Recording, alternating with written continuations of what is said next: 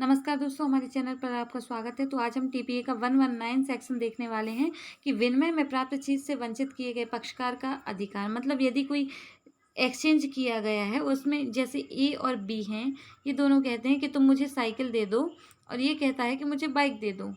ठीक है, ये दोनों अपनी संपत्ति को आपस में एक्सचेंज कर लेते हैं। ठीक है, फिर यदि इसको संपत्ति बी ने संपत्ति ए को दे दी है और फिर इसे वंचित कर दिया है किसी प्रकार से, तो इसके क्या राइट होंगे, इसके बारे में ये बताया गया है कि यदि विनिमय का कोई पक्षकार, मतलब दो पक्षकार होते हैं, उनमें से कोई एक पक्षकार या ऐसे पक्षकार से व्युत्पन्न अधिकार के द्वारा या अधीन दावा करने वाला कोई भी व्यक्ति दूसरे पक्षकार के हक में किसी त्रुटि के कारण उस चीज़ या चीज़ के भाग से जो विनिमय द्वारा उसे प्राप्त की है वंचित हो जाता है, तो जब तक कि विनिमय के निबंधनों में से कोई तत्प्रतिकूल ऐसा प्रतीत नहीं होता, तो ऐसा दूसरा पक्षकार उसके प्रति या उससे व्युत्पन्न अधिकार के द्वारा या अधीन दावा करने वाले व्यक्ति के प्रति उस हानि के लिए जो तद्वारा हुई हो दायी है, अथवा इस प्रकार वंचित व्यक्ति के विकल्प पर उस अंतरित चीज को लौटाने के लिए दायी है, यदि अंतरित चीज तब तक ऐसे दूसरे पक्षकार या उसके विधिक प्रतिनिधि या उसके अप्रतिफल अंतरित के कब्जे में ही हो। इसमें ये बात की गई है जो विनिमय से प्राप्त चीज से वंचित किए गए पक्षकार का अधिकार है, जैसे ए है और बी है। ठीक है, अब इन दोनों ने अभी मैंने बताया कि एक्सचेंज कर लिया है और इनमें से मान लेते हैं यदि बी है, इसको इसके अधिकार से वंचित किसने किया है, ए ने किया है, या इससे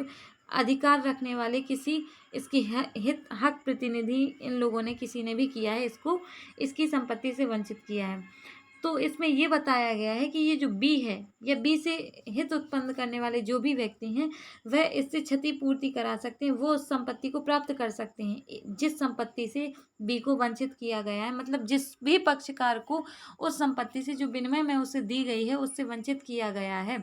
उसकी या उसके हित प्रतिनिधि द्वारा वंचित किया गया है, तो जो भी व्यक्ति जिसे वंचित किया गया है उसे या उसके हित प्रतिनिधि को वो कब्जा लौटाने के लिए वह दायी होंगे, पर तब तक दायी नहीं होंगे जब तक कि ये संपत्ति जो संपत्ति उसे छीनी गई है वो अंतरित न कर दी गई है। यदि वह संपत्ति जो छीनी गई है, जिसे वंचित किया गया है दूसरे पक्षकार को, किसी को अन्य को अंतरित कर दी गई है और यदि साप्रतिफल होती है, सद्भावपूर्ण होती है, तो अंतरित के अधिकारों पर कोई प्रभाव नहीं डालेगी।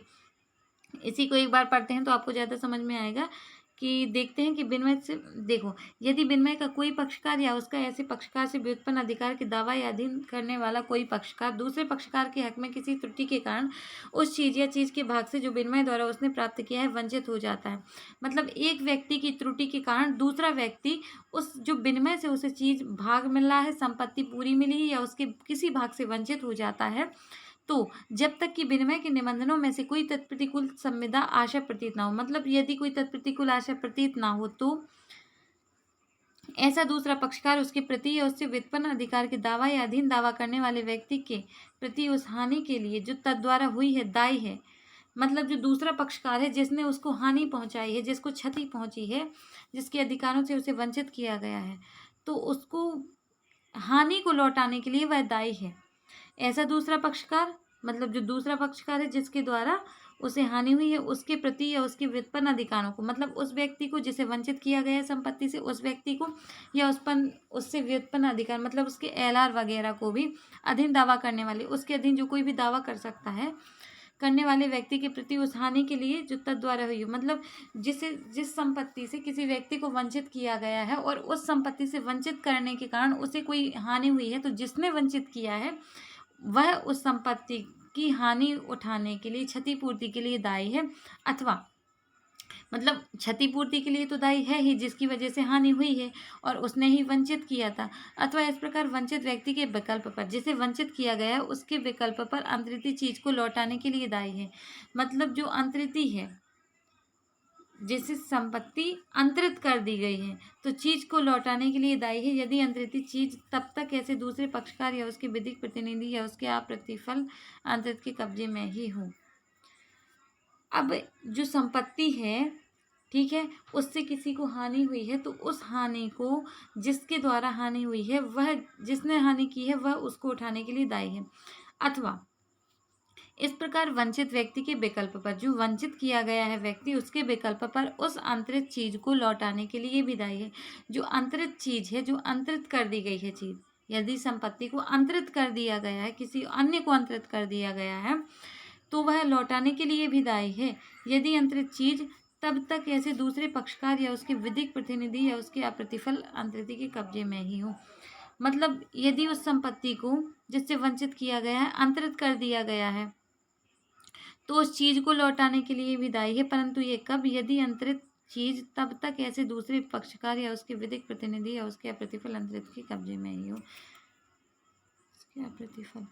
हाँ, मतलब यदि संपत्ति को अंतरित किया गया है तो तब भी उसको लौटाया जाएगा, परंतु 3 कंडीशन में है। यदि जो अंतरित की गई है संपत्ति वह कैसी संपत्ति को अंतरित किया गया है, या तो जिसने वंचित किया था, जिस पक्षकार के द्वारा संपत्ति से वह वंचित हुआ था पहला पक्षकार, तो उस पक्षकार के कब्जे में है वो संपत्ति जिससे वंचित किया था, या उसके विधिक प्रतिनिधि के कब्जे में है संपत्ति तो उसे वापस लौटाई जाएगी। या फिर ऐसे किसी व्यक्ति को अंतरित किया गया है जो सप्रतिफल नहीं है, मतलब बिना प्रतिफल के किसी को वह संपत्ति अंतरित कर दी गई है, तो उस संपत्ति को भी किसको लौटा दिया जाएगा? जिसको हानि हुई है, मतलब जिसको क्षति हुई है उसको 3 तरीके से संपत्ति लौटाई जाएगी। यदि उसको किसी हानि होती है तो हानि भी दूसरा पक्षकार देगा, और जिसने हानि की है उसके पास यदि संपत्ति है, उसके विधिक प्रतिनिधि के पास संपत्ति है, या उसने किसी को अंतरित कर दी है तो उस अंतरित